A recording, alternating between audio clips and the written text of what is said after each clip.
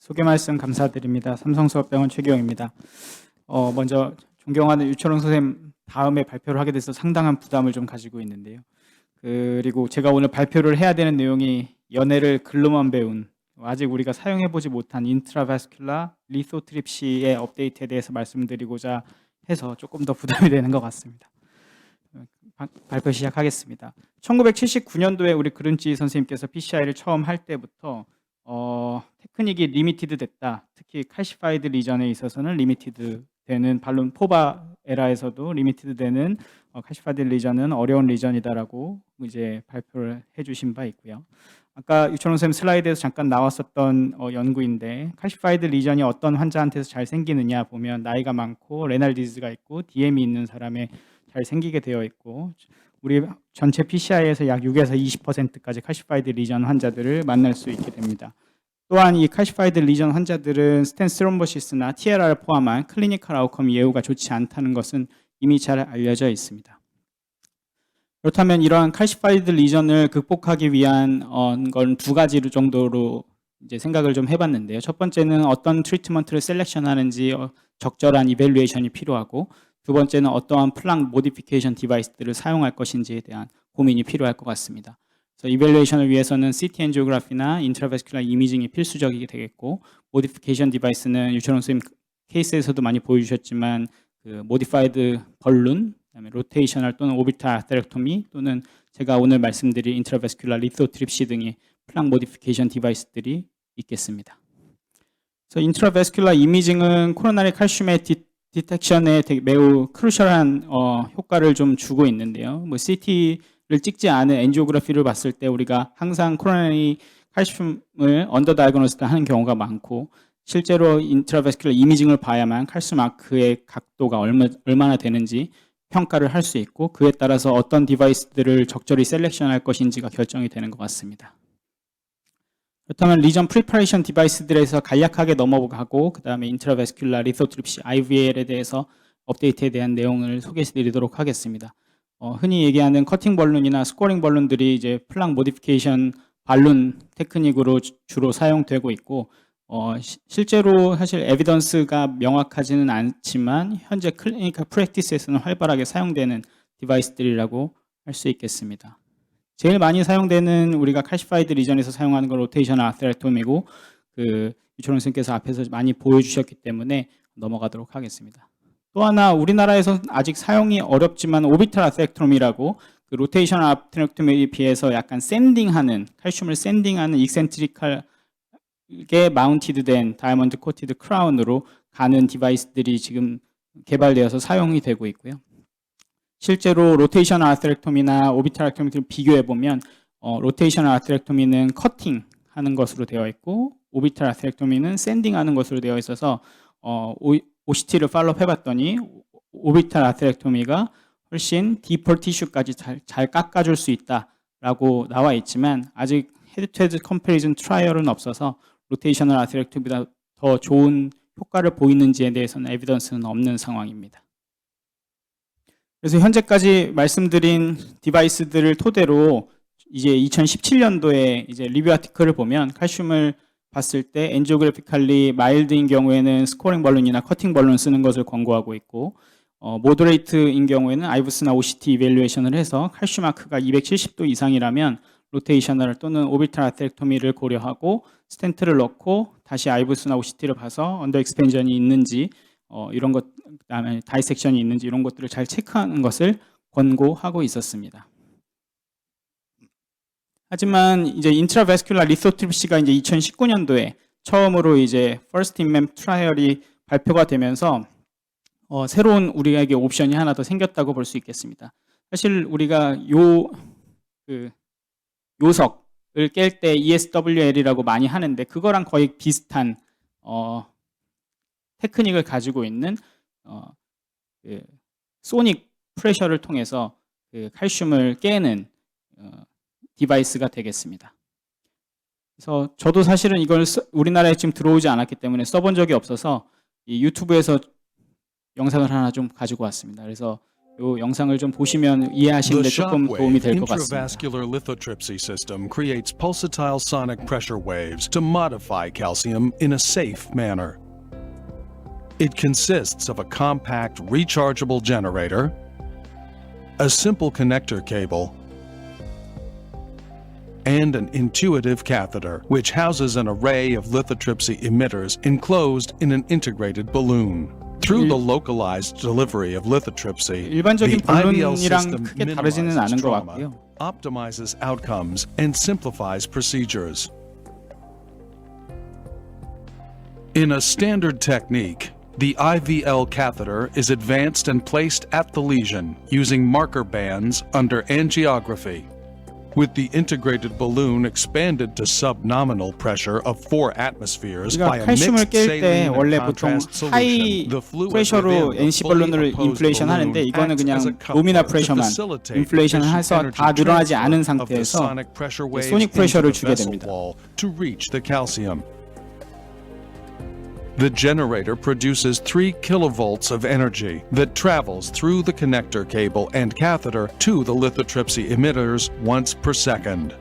While other treatments can't differentiate between calcium and soft tissue, acoustic pressure waves pass through soft tissue to impact both intimal and medial calcium. With 1초에 한 emitters 번씩 이제 along the length 에너지를 of the 소닉 balloon, 웨이브를 주게 a 되면 localized 벌룬이 점점 field 켜지는 effect 것을 is 볼 수가 created. 있는데 A 칼슘이 이제 small 모디파이 electrical 되면서 discharge at 발론이 the 이게 emitters 스물스물 펴지는 걸 vaporizes 볼 the 수 있습니다. fluid within the balloon to create a rapidly expanding bubble that generates the sonic pressure waves and then collapses within a few microseconds. When the waves impact the calcium at nearly 50 atmospheres, they create a series of microfractures. After the calcium has been fractured and trauma to the surrounding soft tissue has been minimized, the vessel becomes more compliant. 그래서 이런 식으로 그 벌룬을 하이 프레셔를 주는 게 아니라 그냥 노미널 프레셔에서 소닉 웨이브를 통해서 칼슘을 모디파이 할 수 있다는 장점이 있는 디바이스고요. 그래서 제가 생각하는 장점들에 대해서 조금 꼽아봤는데 첫 번째로는 로테이셔널 아테렉토미와는 다르게 이렇게 시술 자체가 복잡하지 않기 때문에 스페시픽한 트레이닝이 필요 없는 저 같은 주니어들도 쉽게 사용할 수 있다는 장점이 있을 수 있을 것 같고요. 발론을 세게 해서 막 노리플로우가 많이 로테이션을 다 갈아서 노리플로우가 많이 오는 것보다는 약간 이 아테로마투스 엠볼리제이션이 좀 적지 않을까, 아직 증명된 바는 없지만 세오레티칼리 그렇지 않을까라고 생각이 됩니다. 또 가이드와이어 바이아스가 없다는 장점이 있고 그 이외에 베스큘라 인저리가 좀 적을 수 있다라는 장점이 있겠는데요. 그래서 이니셜 석세스 레이트나 컴플리케이션 레이트를 좀 줄일 수 있는 디바이스가 아닐까라고 생각이 됩니다. 그래서 지금부터는 이 IVL에 대한 에비던스에 대해서 말씀을 드리겠습니다. 그래서 Disrupt CAD-1 트라이얼이 2019년도에 프리마켓 상태에서 싱글암 스터디로 보고된 바가 있고요. 총 60명의 환자의 헤비 칼시파이드 리전 환자를 대상으로 이제 이 IVL을 시행하고 그거의 아웃컴을 보여준 스터디가 되겠습니다. 그래서 넘버 오브 펄스의 평균은 약 70번, 그래서 한 70회 정도의 평균 펄스를 줬고 IVL 프레셔는 6 정도로 노미널 프레셔만 불었고 그 클리니컬 석세스나 디바이스 석세스 모두 헤비리 칼시파이드 리전인데도 불구하고 석세스 레이트가 매우 높았고 레지듀얼 다이섹션이나 퍼포레이션, 노리플로우 이런 이벤트들은 없었고 30데이 메이스가 한 5% 정도로 보고를 했었습니다.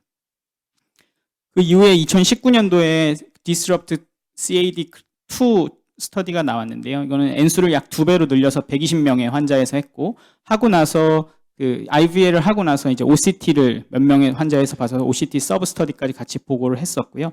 미니멈 10번의 펄스 이상을 좀 리피트하게 주는 걸 이제 권고사항으로 했습니다.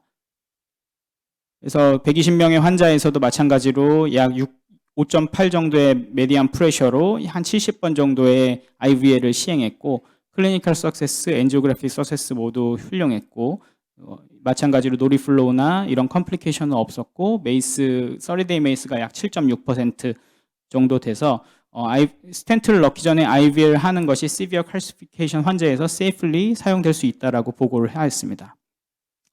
그 다음에 Disrupt CAD-3 스터디는 약 384명, N수가 많이 늘어납니다. 이것도 결국에는 싱글암 스터디였는데 대신에 좀 다른 것은 세이프티 마진을 좀 설정을 미리 해놨습니다. 그래서 프라이머리 세이프티 엔드포인트로는 메이스, 에피커시 엔드포인트로는 프로시저럴 석세스를 하였고 약 84%를 기준으로 했을 때 이걸 이상으로 이제 달성을 할 수 있느냐를 봤었고 이 연구에서도 마찬가지로 다이섹션이 한 케이스, 퍼포레이션이 한 케이스, 어브럽트 클로저가 한 케이스 발생한 것 이외에 어큐트 컴플리케이션은 없었고 그 OCT 서브 스터디에서도 보면 프리 프로시저럴에 비해서 확실히 포스트 IVL을 하고 나서는 그 MLA가 확 늘어나는 걸 볼 수 있고 스텐트를 넣고 나서는 더 펴지는 것을 볼 수가 있어서 확실히 이 시비어 칼시피케이션 환자에서 이 IVL을 사용하는 것이 스텐트 딜리버리나 아니면 스텐트 익스펜전을 위해서 도움이 될 수 있다는 걸 발표한 연구가 되겠습니다. Disrupt CAD4 스터디는 재팬에서 시행했었던 비슷한 스터디고요. 약 60명의 환자, 그래서 이제 동양인에서도 괜찮은가를 봤었던 스터디인데 거의 비슷한 결과를 보여주었습니다.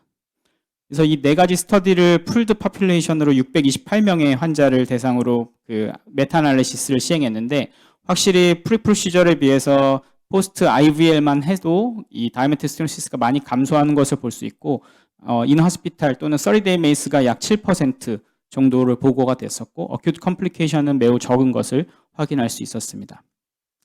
그렇다면 어떤 환자에서 이런 그 IVL의 이펙트가 좀 떨어지고 리전에 이 메이스가 많이 생기느냐를 봤더니 02 프로시저럴 석세스, 30데이 메이스 모두 바이퍼케이션 리전이 있는 경우에 아까 유철원 선생님 케이스 보여주셨지만 로타블레이션 같은 경우도 비슷하겠지만 바이퍼케이션 리전이 있고 꼭 이게 시그니피컨트한 사이드 브랜치인 경우에는 이런 디바이스의 사용이 조금 제한되는 것 같고요. 특히 리전 랭스가 25mm보다 긴 경우에는 확실히 예후가 안 좋은 것을 확인할 수 있습니다.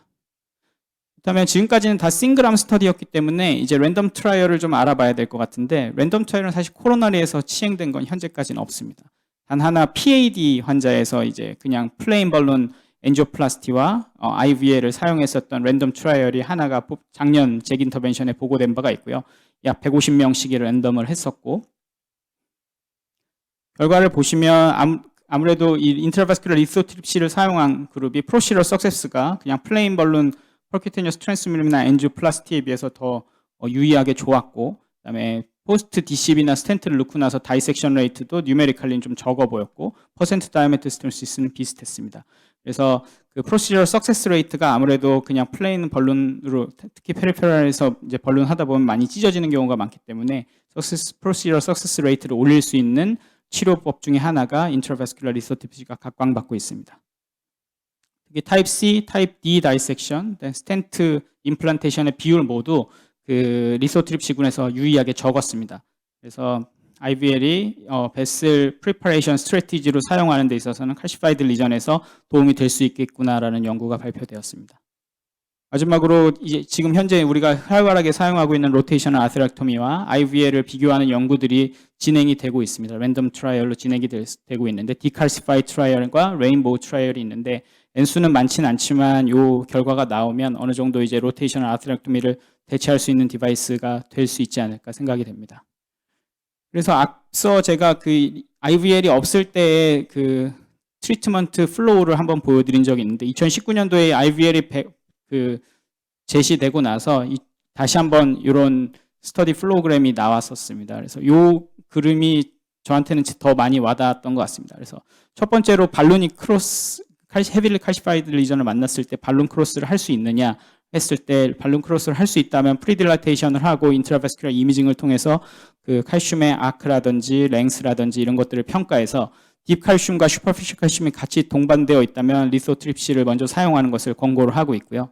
그렇지 않다면 non-compliant 발론을 사용해서 이제 옵티멀 발론 익스펜전이 됐는지를 확인하고 그렇게 됐다면 스텐팅을 하는데 그렇지 않다면 리소트립시 발론이나 로테이셔널 또는 오비탈 아스트렉토미를 고려하는 것을 권고하고 있습니다. 만약에 이제 그 발론이 통과가 하지 않는다면 마이크로 카테터를 통해서 이제 와이어를 익스체인지, 로타 와이어를 익스체인지하고 오비탈 또는 로테이셔널 아트렉토미를 시행하고 발론 익스펜전을 해봤을 때 그 잘 되지 않는다면 리소트립시를 추가로 시행하는 것을 권고하고 있고요. 그래서 결론적으로 칼시파이드 리전이 예후가 안 좋다는 것은 이미 잘 알려져 있고 인트라바스큘러 이미징 또는 코로나리 CT 엔지오그래피가 크루셜한 롤을 하고 있다는 사실은 이미 잘 알려져 있습니다. 하지만 우리가 이 리전을 만났을 때 어떤 디바이스를 써서 플랑 모디피케이션을 시행할 것인지 이 셀렉션하는 것이 매우 중요하겠고, 그 중에 하나의 옵션을 넓혀줄 수 있는 IVL이 이제 우리나라에 들어와서 사용되게 되면 조금 더 우리가 헤빌리 칼시파이드 리전을 극복하는 데 도움이 되지 않을까 생각합니다. 경청해 주셔서 감사합니다.